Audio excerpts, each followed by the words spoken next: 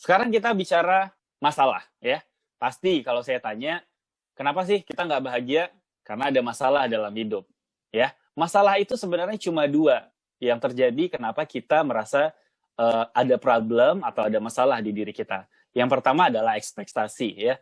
Kita sudah berpikir suatu pencapaian itu akan tercapai atau akan tinggi di hidup kita, tapi kita tidak mendapatkannya sesuai kenyataan. Itu namanya ekspektasi. Sehingga kita mempunyai masalah. Yang kedua adalah difference atau perbedaan. Seringkali kita menemukan perbedaan-perbedaan dalam hidup kita, mau itu dari pola pikir, mau itu dari pilihan, mau itu dari kadang-kadang masih ada ya zaman sekarang itu yang menjadikan masalah itu seperti perbedaan kulit, perbedaan jenis kelamin dan segala macam atau unsur-unsur ras ya, agama apalagi itu sering banget kita temui. Nah, kenapa sih kita berkutat di hal-hal seperti ini sehingga kita sering merasa tidak bahagia karena keputusan kita itu tidak diterima orang lain. Itu adalah sebuah aspek di mana perbedaan itu sebenarnya nyata untuk menimbulkan sebuah masalah sehingga kita tidak bahagia. Di sini saya sampaikan ada research dari Sonja Lyubomirsky. Sonja ini adalah seorang psikolog ya.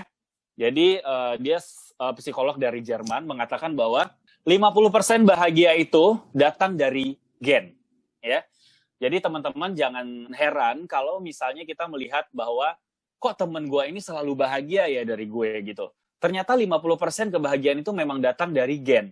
Gen ini ada dari keturunan ya, ada dari DNA. Ini teman-teman bisa baca di googling. Ternyata ini penelitiannya ada bahwa kebahagiaan itu memang juga sifatnya menurun. Kalau teman-teman punya keluarga yang cenderung bahagia, punya aura positif, biasanya 50%-nya akan datang dari hal tersebut, dari gen ya. 10%-nya datang dari circumstance atau keadaan. Jadi keadaan itu hanya 10% berpengaruh kepada kebahagiaan. Apa yang teman-teman rasakan itu sebenarnya hanya pada saat itu terjadinya dan hanya pada saat itu teman-teman merasakannya. Dan itu adalah pilihan. Keadaan itu akan menimbulkan teman-teman mempunyai pilihan untuk memilih bahagia atau tidak. Itu hanya 10%.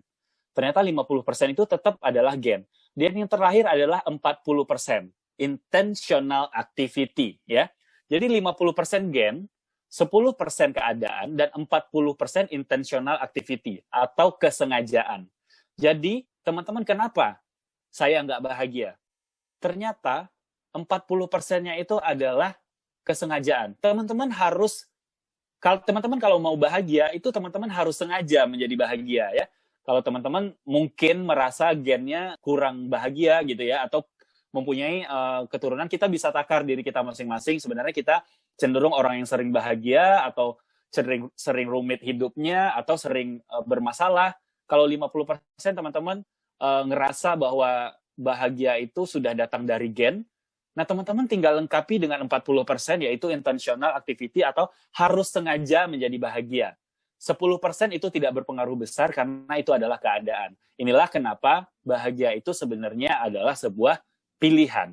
Ternyata 40%-nya adalah aspek sengaja atau intentional activity. That's why we need to communicate our happiness. Ketika kita sudah memilih untuk bahagia, kita harus komunikasikan ke semua orang bahwa kita itu bahagia. That's why komunikasi adalah salah satu jawaban dari segala problem untuk bikin bahagia. Saya yakin teman-teman setuju kalau misalnya kita punya masalah, selalu dibilang, kira-kira solusinya apa, kira-kira tipsnya apa, kira-kira jalan keluarnya apa. Orang-orang sering sekali menjawab itu komunikasi. Nah, sekarang kita akan uraikan. Kenapa orang bisa bahagia? Kenapa orang bisa menyelesaikan masalah? Ya pasti jawabannya adalah komunikasi.